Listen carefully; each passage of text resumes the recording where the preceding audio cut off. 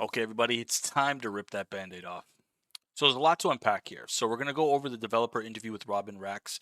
We're going to go over what the developer said in regards to the future of Diablo 4 and Season 11. And then most importantly, I want to go over and reflect on the community feedback and what we've been saying for months now for the future of Diablo 4.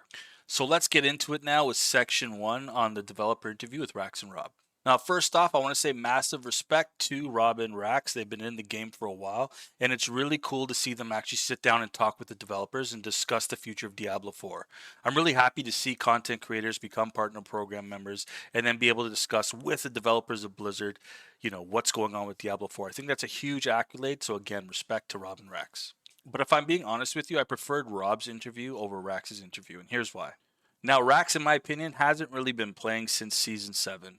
Not only that, I didn't really see him testing much of the Season 11 PTR. Now, again, all due respect to Raxx, he also dropped the video with a heartfelt sentiment towards how he felt on the future of Diablo 4. And when I watched his interview, I felt like those feelings weren't really reflected in his questions. Now, again, all the power to him. It's super dope to sit down with the devs and talk and chop it up.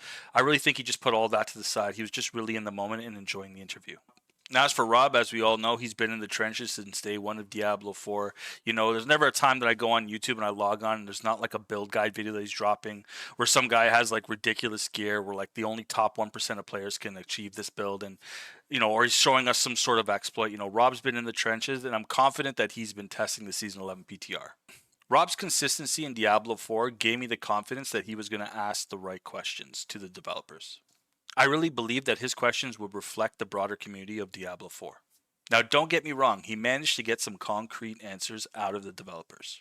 And we'll talk more about that in just a second, but I also thought there were some questions that simply just got glossed over by the developers when Rob was asking the questions. And there was also times that Rob agreed with the developers on things that really don't reflect the community's feedback, in my opinion.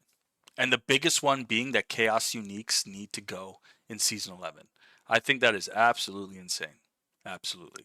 Now we're going to take a quick pause here, guys. I want you to go check out the interviews for yourself. Go see what the community is saying in their comments. Go see what the community is saying on the forums. It's all there for you. And everything that I'm about to discuss is all feedback from what I've seen from the community and my own opinion. I'm not just simply disagreeing to disagree. I want to see the best version of Diablo 4 and the best version of Season 11 that we can possibly get. Which perfectly segues us into segment 2, which is the what's to come that was mentioned by the developers. Now, in my notes here, I have everything that they released from the good to the questionable to the what the heck is going on.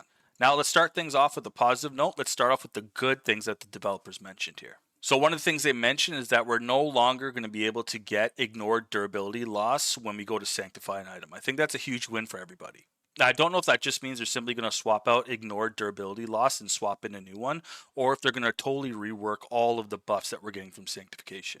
Now, either way, I think that's a step in the right direction, so kudos to you, Blizzard. Second off, they're talking about we're going to get more gold in Diablo 4, so it's going to drop from the enemies so that we don't have to go and like target farm gold. And they also mentioned about boss items becoming more like currency, which I think is kind of cool. So maybe they're implying that they're going to have those drop from enemies as well, like a little bit more frequently, so that we can do the boss layers more frequently. I think that's a sweet quality of life change, and I'm looking forward to it if that's what they meant. Now, next up, I remember Rob specifically brought up the amulet and how hard it was to roll with enchanting to get a specific passive skill bonus to your amulet. And what he offered up was maybe simply allow us to pick from 3 different affixes every time that we enchant an item. And it seemed like the developers were leaning towards that. They didn't necessarily confirm it, but it looks like that's what they might actually do. So we might have actually witnessed live feedback happen from Rob, and the developers go, oh, that's a good idea. They also mentioned like certain affixes will be getting a buff. They'll be dropping stuff like cooldown reduction on certain items like gloves, and then they're going to try and look at removing the cap on attack speed on weapons, which is awesome too. Now, in terms of the distant future, there's things like the loot filter brought up in the auction house, and these were all things that we got that whole, hey, it's in development, we're working on it. You won't see it in Season 11, but it's coming down the road. In my opinion, the loot filter in the auction house should be top priority going into Season 11. This will help establish a safe in-game economy for trading, which just generally opens up trade. And then we have the loot filter that just offers up for a smoother gameplay when playing Diablo 4. I remember offering up the idea that the pet's the loot filter, so hopefully that's something we see down the road. Now to follow that up, they also mentioned things like prestige awards. So like we'll get certain like call tags and they mentioned something about a halo, like a halo cosmetic. Now I think that's all hunky dory, that's all great, but with the exploits in the game right now and with the duping, I feel like it's really going to take away that sensation of achievement if people are able to exploit the game and get those achievements or those prestigious achievements without really having to try. Which kind of doubles down on why I think they should get these things like loot filters and auction houses in the game sooner, especially if they're really super excited about offering up prestigious awards. And these prestigious awards you can only achieve by doing like crazy hard things in the game. And I think that's an awesome idea. But again, without the right implementation and the right confines to play the game by, I think it's going to be exploited. I think the bottom line over anything that comes into Diablo 4 is we want the rewards to feel meaningful. I think that's just it, period. Now, there are some questionable changes that are happening too. Some I like, and that's what I mean by questionable. And some of them I'm like, I don't know what's going on here, Blizzard. I don't get it, you know? We have enemy scaling, which is pretty cool. I like the idea that they're lowering the health of enemies to help us feel like that push is a lot less, there's a lot less friction when we're pushing through torments and such, but I don't think that's the fix in the game that we're looking for. I don't think the fix is lowering the health of the enemies. I think it's giving us that power back. Again, there's a huge power regression feeling when you're playing the Season 11 PTR, and I think their fix to it is, well, we won't give you the power, but we'll reduce the health of the enemies for you. Again, this might need some testing, so let's see how that plays out. That actually might be a good change. They also mentioned that going into Season 11 that a Pit 85 should be equivalent to the current Pit 100. So that's essentially like the feels good, comfortable place that we should be pushing when we have a top of the line build. Now that's all good as long as it doesn't affect us leveling up our glyphs. That's why I left it in this questionable section. Now it moves on to masterworking and tempering. What it sounds like is they're going to leave it the same. It's going to be very similar to what we experienced in the Season 11 PTR. When it came to tempering, they say they want it to be more deterministic. That's why they're dropping us down to 1 temper, which really doesn't make sense to me. And then with masterworking, they said it's already a 1 in 5 chance to get a crit on an item. So they're not looking into anything like changing what masterworking is from the Season 11 PTR. Now, I'll talk more about masterworking and tempering in just a bit, but what I saw from the community was a general pushback on this notion that masterworking and tempering needs to be reverted. Now, the developers also brought up SSF mode, which is solo self-found. Essentially, it's like playing alone in Diablo 4, and everything you do and everything you get is all earned by yourself. There's no training, there's no loopholes, it's just you. Which, if I'm being honest, kind of feels like just playing the game solo right now.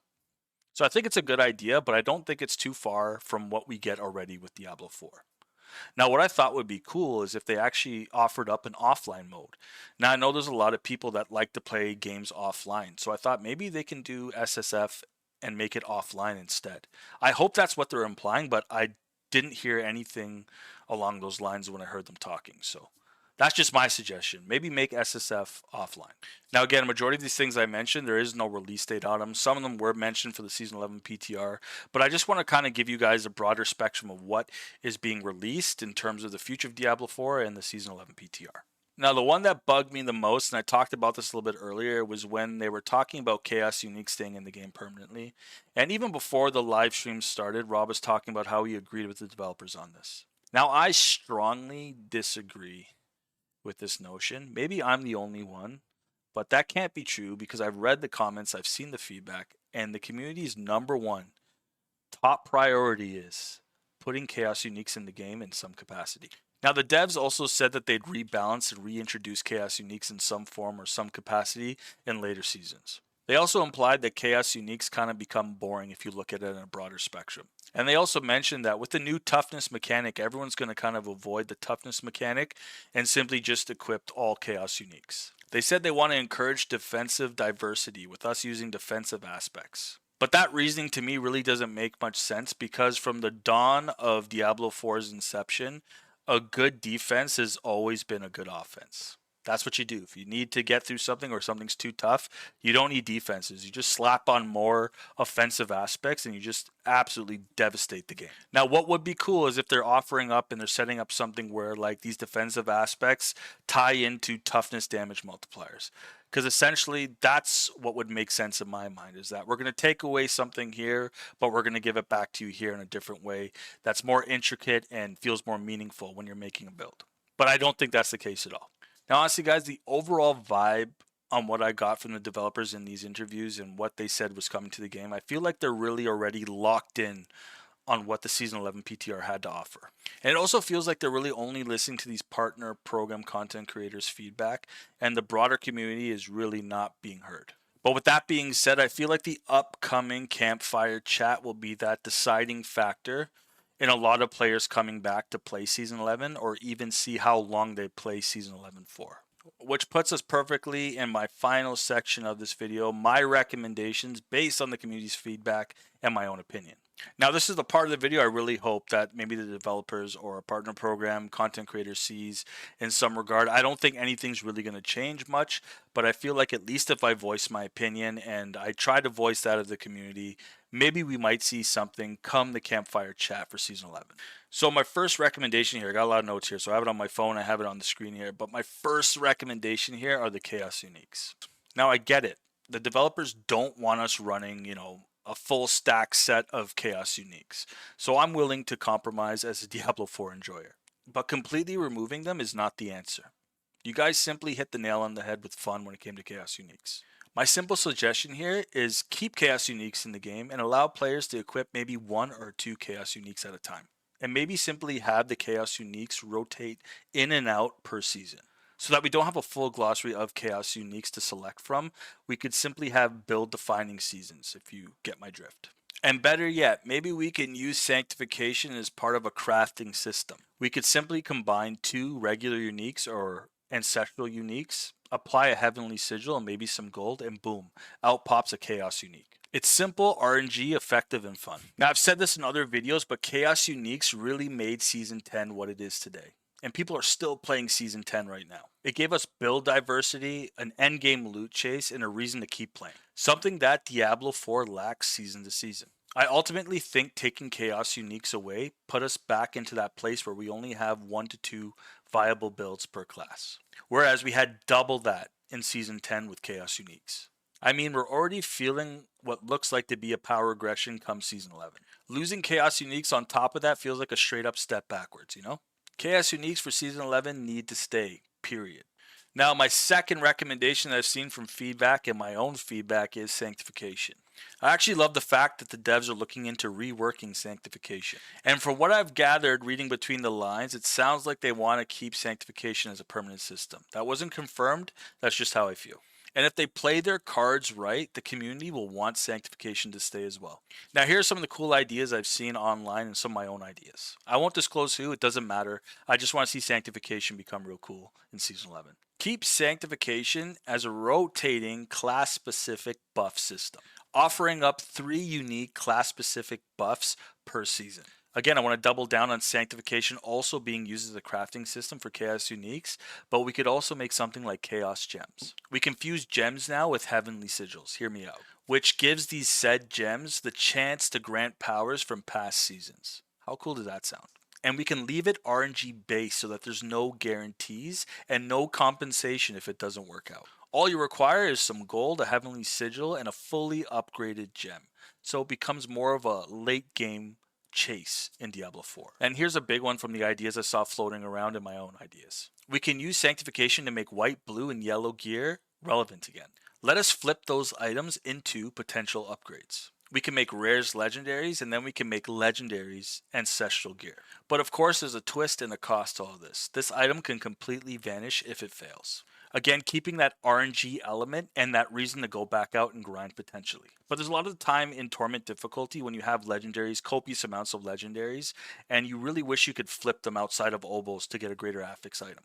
I think this would add a cool, unique crafting system to the game again, and it also represents no guarantees and that RNG feel that we really like. That whole discussion on Sanctification right there is to make that loot grind and that loot chase during the leveling experience and the endgame experience feel meaningful, while adding a crafting system to the game. Now let's move on to my recommendations for masterworking and tempering.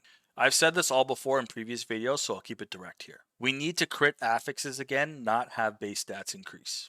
I'm all for keeping the 20 out of 20 rank system, but allow that 20 out of 20 rank system be able to crit affixes. Also, I'd like to see a partial rollback system for masterworking. If I fail at rank 16 and I hit reset, don't drop me back down to 0, drop me back down to 12. That's simply it for masterworking. That's all I've seen from the feedback from the community is everyone wants masterworking to simply stay the same, add what you want, but allows to roll back a step and also allows to crit affixes still. Now, from what I gathered, tempering, we're only going to get one temper affix added to our items going forward in Season 11. But if that's the case, then temper manuals need some serious reworks and some serious buffs. Now, with tempering, some builds need dual tempers. And if you want this system to feel deterministic, then you need to cut out all the useless temper manuals that are out there and then start buffing the ones that currently exist that are build defining. If the idea behind tempering is to juice builds, then let's make builds actually feel juiced. Now, guys, in my closing thoughts here again, I'm going to reiterate the campfire chat will be the make or break for Season 11 for me. I genuinely hope that the developers take it to heart that the community does leave comments and that it's just not the partner program middlemen that get our point across. Now, to the developers, there's a massive audience of passionate players out there, like us, who absolutely love this game but experience it differently. I believe that the fate of Chaos Uniques can decide who returns and who doesn't return in Season 11. And it's not only the Chaos Uniques, it's the other changes that are happening going forward into Season 11. Now, I know there's some people that will come back no matter what, and I'm sure Blizzard has the numbers to prove that. But what really keeps players coming back and speaking good on Diablo 4 is the fun, variety, and innovation that you bring to this game. So now I bring it to you guys. Sound off in the comments. What do you guys think of the changes coming in Season 11? Are you coming back to play Season 11? And if you could change anything before Season 11 starts, what would you change? Well, that does it for me, guys. Stay safe out there. I'm your boy Jadiro. Sign out for now. Peace.